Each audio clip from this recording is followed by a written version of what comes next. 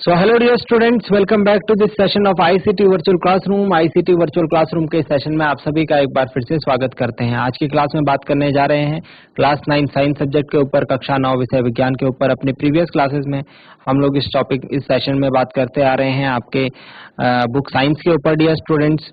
सो आज की क्लास में भी हम कुछ नई और कुछ इंटरेस्टिंग बातों को देखने जा रहे हैं, कुछ नई और इंटरेस्टिंग चीजों को सीखने जा रहे हैं। अपना पूरा ध्यान जो है सामने स्क्रीन की तरफ बनाकर रखेंगे। जो भी चीजें यहाँ से बताई जाती हैं उनको नोट डाउन जरूर करेंगे और घर से याद एक बार जरूर करेंगे। तो चलिए डियर स्टूडेंट्स, आज की क्लास में हम लोग एक नया टॉपिक स्टार्ट कर रहे हैं बिल्कुल फ्रेश पॉइंट ऑफ व्यू से। तो अपना पूरा ध्यान जो है सामने स्क्रीन पर बनाकर रखें। जो बच्चे अभी तक बैठे नहीं हैं वो बैठ जाएं और जो बैठ चुके हैं वो अपने कॉपी पेन निकाल लीजिए। आज की क्लास को हम स्टार्ट करने जा रहे हैं। आगे की बातों को सीखने समझने के लिए हम चलते हैं स्मार्ट बोर्ड की स्क्रीन पर। हम बात कर रहे हैं न्यूटन्स लॉज ऑफ मोशन के ऊपर। हम बात कर रहे हैं न्यूटन्स लॉज ऑफ मोशन के ऊपर। ये आपके बुक के चैप्टर नंबर 9 के हम बात कर रहे हैं।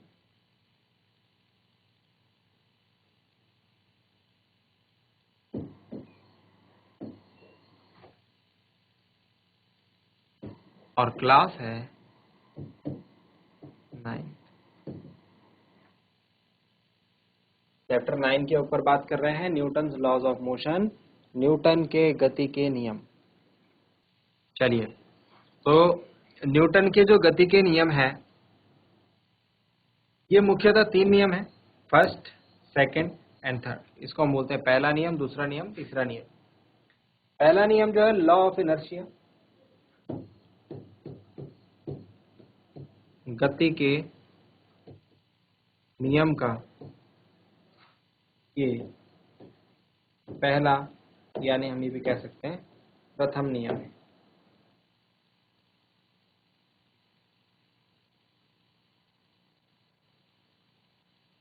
फिर ये द्वितीय नियम है और फिर लास्ट में तृतीय नियम, थर्ड लॉ। ठीक है, फर्स्ट लॉ, सेकंड लॉ और थर्ड लॉ। एक वन बाय वन जो है चर्चा करेंगे इनके ऊपर। अभी जस्ट एक हमको ओवरव्यू देखना है। लॉ ऑफ इनर्शिया, पहले नियम को बोला जाता है लॉ ऑफ इनर्शिया। इनर्शिया मतलब है जड़त्व, जड़त्व का नियम भी कहते हैं हम इसे। ठीक है, दूसरा F is equal to M A, इसको हम सीखेंगे क्या है, एक्शन रिएक्शन, यानी कि इसमें हम बात करते हैं क्रिया प्रतिक्रिया का नियम। लॉ ऑफ एक्शन रिएक्शन यानी कि क्रिया प्रतिक्रिया का नियम। तो इस तरीके से हमारे पास 3 नियम है। इस तरीके से हमारे पास 3 नियम है, 3 लॉज है न्यूटन्स लॉ ऑफ मोशन में। ठीक है, और इसमें हम वन बाय वन सारे लॉज के ऊपर चर्चा करते हैं। इसके पहले का कॉन्सेप्ट आपको जो पता होना चाहिए वो पता होना चाहिए फोर्स का, कि बल क्या होता है, जो कि आपने क्लास 8 में देखा होगा, है ना। और बल के बारे में जो बेसिक कॉन्सेप्ट है वो आपको पता होने चाहिए। चलिए जल्दी से नोट डाउन करेंगे इसे, फिर हम चलते हैं नेक्स्ट पार्ट के ऊपर।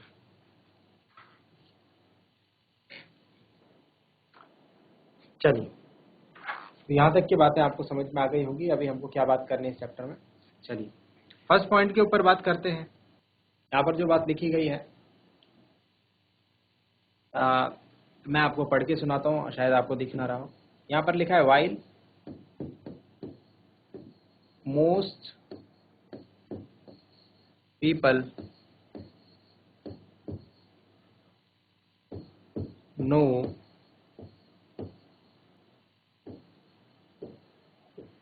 what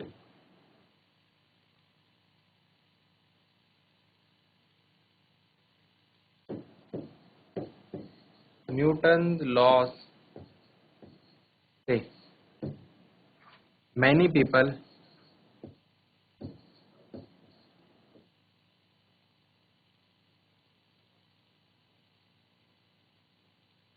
do not know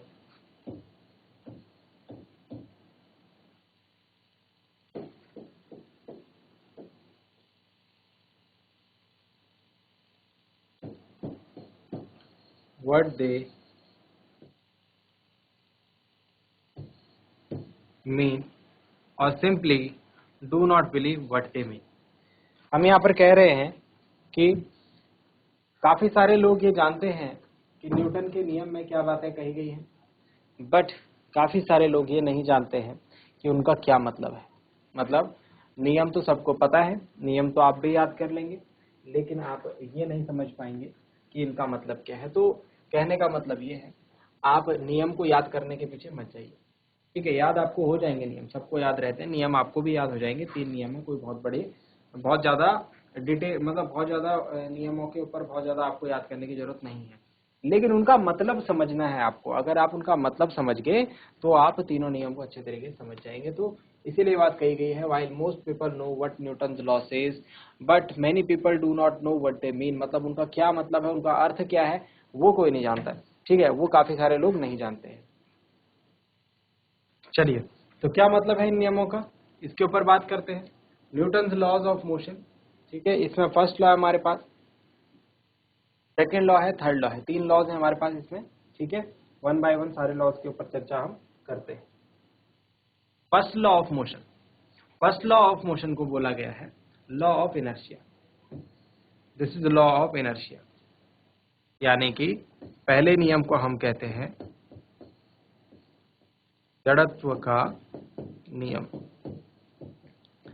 जड़त्व क्या है, जड़त्व एक प्रॉपर्टी है, इनर्शिया एक प्रॉपर्टी है किसी भी ऑब्जेक्ट की, ठीक है। इस प्रॉपर्टी के अकॉर्डिंग क्या होता है, वो जो बात है यहाँ पर की गई है, इसीलिए हम इसको जड़त्व का नियम भी कहते हैं। एन ऑब्जेक्ट, चलिए, तो हम आ रहे हैं Newton first law of motion पे, ठीक है। फर्स्ट लॉ ऑफ मोशन क्या कहता है, फर्स्ट लॉ ऑफ मोशन ये कहता है कि an object at rest will stay at rest and an object in motion will stay in motion. देखो, समझने की कोशिश करो, मैंने आपसे क्या बात कही थी स्टार्टिंग में, कि ये बात कही थी। देखो, ये बात मैं आपको याद दिलाता रहूंगा टाइम टू टाइम, क्या कि हम याद तो कर लेते हैं न्यूटन्स लॉ को, लेकिन समझ नहीं पाते उनका क्या मतलब है ना। Many people do not know what they mean. तो आपको इनको इसका मतलब समझने की कोशिश करनी है। देखो, मैं आपको बात समझाने की कोशिश कर रहा हूँ। An object at rest will stay at rest and an object in motion will stay in motion. At rest मतलब विराम अवस्था में, मतलब अगर कोई रुका हुआ है तो वो रुका हुआ ही है, और कोई गतिमान है तो वो गतिमान ही रहेगा, ठीक है। यहाँ पर ध्यान देने वाली बात है कि इसको हम कहते हैं state of motion. State of motion यानी गति की अवस्था। गति की अवस्था 2 होती हैं। There are 2 states of motion, number 1 विराम यानी रेस्ट, और नंबर 2 गतिमान यानी कि मोशन, मूविंग, ठीक है। तो ये 2 गति की अवस्थाएं हैं। क्या कहा जा रहा है इस नियम में, an object at rest will stay at rest and an object in motion will stay in motion at constant velocity until acted upon by an unbalanced force। क्या बोला, जब तक कोई अनबैलेंस्ड फोर्स नहीं काम करेगा, जब तक कोई असंतुलित बल काम नहीं करेगा, तब तक कोई ऑब्जेक्ट जो है अपनी जो भी स्थिति है उसकी, जो भी उसकी गति की अवस्था है उसको चेंज नहीं करेगा। अब ये बात हमें लॉ की फॉर्म में बताई गई, तो लॉ की फॉर्म में हम इस बात को तो समझ गए, जो वर्ड टू वर्ड लिखा हुआ है ना, ठीक है। अब इसको समझने की जरा कोशिश करते हैं, ठीक है। इनर्शिया के ऊपर बात करते हैं। इनर्शिया क्या है, यानी जड़त्व क्या है। जड़त्व जो है किसी भी वस्तु का गुण है। जब जड़त्व क्या है, किसी भी वस्तु का गुण है, टेंडेंसी है। क्या टेंडेंसी होती है, इसमें क्या करता है, इसमें जो ऑब्जेक्ट है वो रेजिस्ट करता है चेंजेस इन इट्स वेलोसिटी। मतलब क्या बोल रहे हैं कि जो कोई भी ऑब्जेक्ट जो है अपनी वेलोसिटी में चेंज को उसको रेजिस्ट करता है। इनर्शिया में क्या होता है, कोई भी ऑब्जेक्ट जो है अपनी जो वेलोसिटी है, या फिर इसे हम स्टेट ऑफ मोशन कह लें, ठीक है। इसको आप स्टेट ऑफ मोशन, गति की अवस्था कह लें, गति की अवस्था में परिवर्तन का विरोध करता है। क्या करता है, कोई भी वस्तु का वो गुण जिसकी वजह से वो अपनी गति की अवस्था में परिवर्तन का विरोध करता है,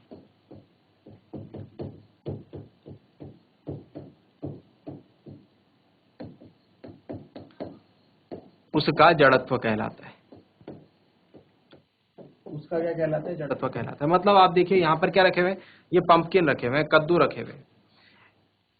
ये कद्दू जो है मूव नहीं करेंगे जब तक कि हम इस पर कोई अनबैलेंस्ड फोर्स ना लगा दें। मतलब जब तक हम इसको थोड़ा जोर से पुश ना कर दें, कुछ ऐसा फोर्स ना लगा दें कि ये मूव करने लगे, तब तक ये पंपकिन ऐसे ही पड़े रहेंगे सालों सालों तक। ठीक है, जब तक कि इस पर कोई एक्सटर्नल फोर्स ना लगे और एक्सटर्नल अनबैलेंस्ड फोर्स, असंतुलित बल काम इस पर ना करे। क्या आपको ये बात समझ में आई है? तो ये बात है हमारे न्यूटन फर्स्ट लॉ में, न्यूटन के फर्स्ट लॉ में ये बात कही गई है। इसमें ये बोला गया है कि कोई भी ऑब्जेक्ट जो है अपने स्टेट ऑफ मोशन में चेंज को अपोज करता है, रेजिस्ट करता है। ठीक है, अपनी गति की अवस्था में परिवर्तन का क्या करता है, विरोध करता है कोई भी ऑब्जेक्ट। ठीक है, और इस गुण को क्या कहते हैं हम, जड़त्व का गुण कहते हैं, इनर्शिया की प्रॉपर्टी कहते हैं। आई होप यहां तक की बातें आपको समझ में आई होंगी। जल्दी से इस चीज को नोट डाउन करें।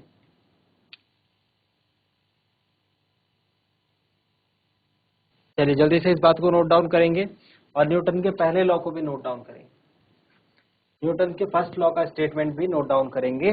ठीक है, अभी और एक्सप्लेन इसको करेंगे। अभी आपको बिल्कुल आराम आराम से बातें समझाई जाएंगी, आपको बिल्कुल चिंता नहीं करनी है, बस समझने के ऊपर ध्यान देना है। जल्दी से न्यूटन के पहले लॉ को लिख लें।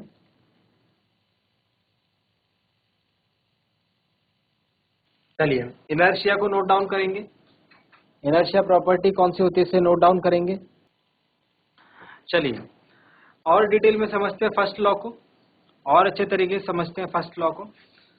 हम ये देखते हैं कि कोई भी ऑब्जेक्ट जो है वो मूव कब करता है, कोई भी वस्तु जो है वो कब चलने लगती है, या फिर अगर कोई वस्तु चल रही है तो वो रुकती कब है, जब उस पर अनबैलेंस्ड फोर्स जब तक काम न करे तो वो ऑब्जेक्ट जो है अपनी जो भी स्टेट ऑफ मोशन है उसमें चेंज नहीं लाता।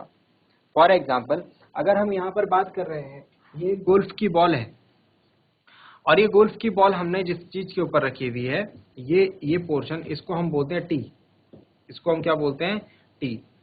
तो टी के ऊपर गोल्फ की बॉल हमने रखी हुई है, जब तक हम इस पर गोल्फ स्टिक से हिट ना करें तब तक ये जो बॉल है ये अपनी पोजीशन पर हमेशा रहेगी। मतलब जो इसकी रेस्ट की पोजीशन है, जब तक कि इस पर ये अनबैलेंस्ड फोर्स काम ना करे, ये अनबैलेंस्ड फोर्स कौन सा है, जो गोल्फ स्टिक से इस पर लगाया जा रहा है, जब तक ये काम ना करे तब तक ये गोल्फ बॉल जो है वो रेस्ट की पोजीशन में हमेशा के लिए रह सकती है ना। तो ये इसका रेस्ट में रहने की जो प्रॉपर्टी हो गई वो हो गया इसका इनर्शिया। और इनर्शिया मैंने आपको क्या बोला था, इनर्शिया जो है हर एक ऑब्जेक्ट की प्रॉपर्टी होती है। मतलब इनर्शिया हर एक ऑब्जेक्ट के पास होता है, जिसको हम हिंदी में जड़त्व कहते हैं।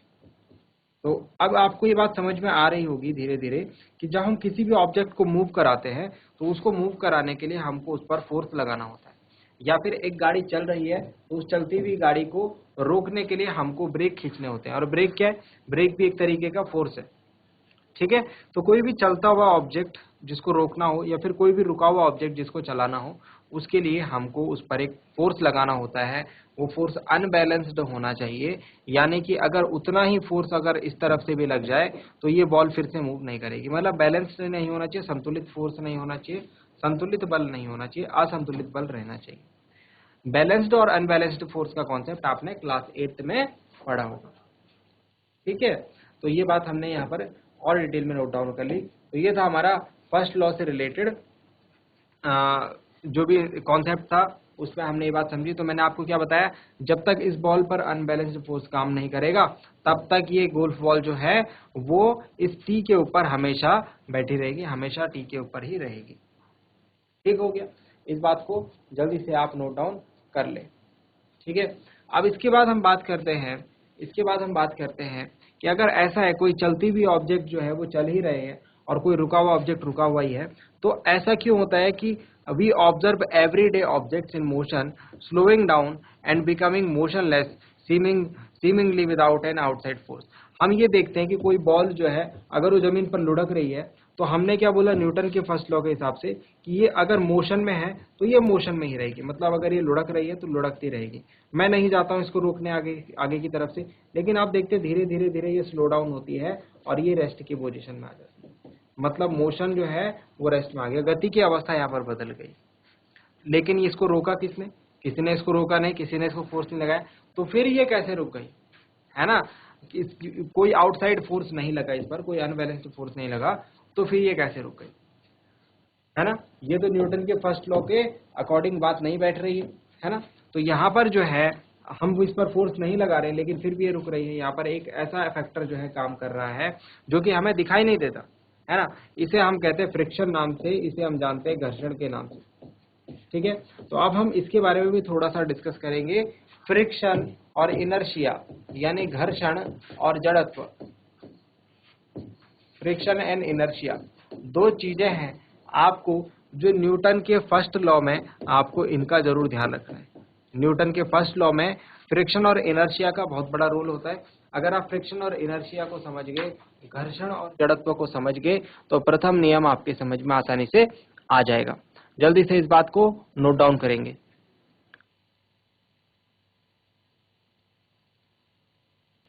तो चलिए डियर स्टूडेंट्स, आई होप यहाँ तक की बातें आपको समझ में आई होंगी, ठीक है। और नेक्स्ट क्लास में हम लोग बात करेंगे फ्रिक्शन के ऊपर। फ्रिक्शन क्या कॉन्सेप्ट है फ्रिक्शन के पीछे, और किस तरीके से ये फर्स्ट लॉ को जो है फर्स्ट लॉ में अपना कंट्रीब्यूशन करता है, और किस तरीके से हम फर्स्ट लॉ को समझते हैं, हम किसके बेसिस पर, फ्रिक्शन के बेसिस पर, ठीक है। तो फ्रिक्शन और इनर्शिया फिर से बात कर रहे हैं, दोनों बहुत इंपॉर्टेंट चीजें हैं, ठीक है। और दोनों ही आपको समझाएंगी, समझाने में ज़्यादा हेल्प करेंगी न्यूटन के प्रथम नियम को, यानी फर्स्ट लॉ ऑफ मोशन, ठीक है। तो फ्रिक्शन के ऊपर बात करेंगे अपनी नेक्स्ट क्लास में। आई होप इनर्शिया को आप समझ पाए हो, ठीक है। इनर्शिया और मास के बारे में भी बात करेंगे नेक्स्ट क्लास में। तो यहीं तक था हमारा आज की क्लास, ठीक है। फर्स्ट लॉ को आप एक बार जल्दी से नोट डाउन कर लीजिए।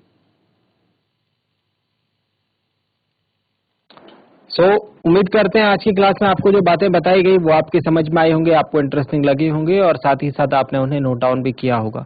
ये भी उम्मीद करते हैं घर से आप इन चीज़ों को एक बार रिवाइज करके जरूर लाएंगे डियर स्टूडेंट्स। मिलते हैं अगली क्लास में ऐसे ही किसी इंपॉर्टेंट और इंटरेस्टिंग टॉपिक के साथ। क्लास से जुड़े रहने के लिए आप सभी का बहुत बहुत धन्यवाद। Thank you very much and have a nice day.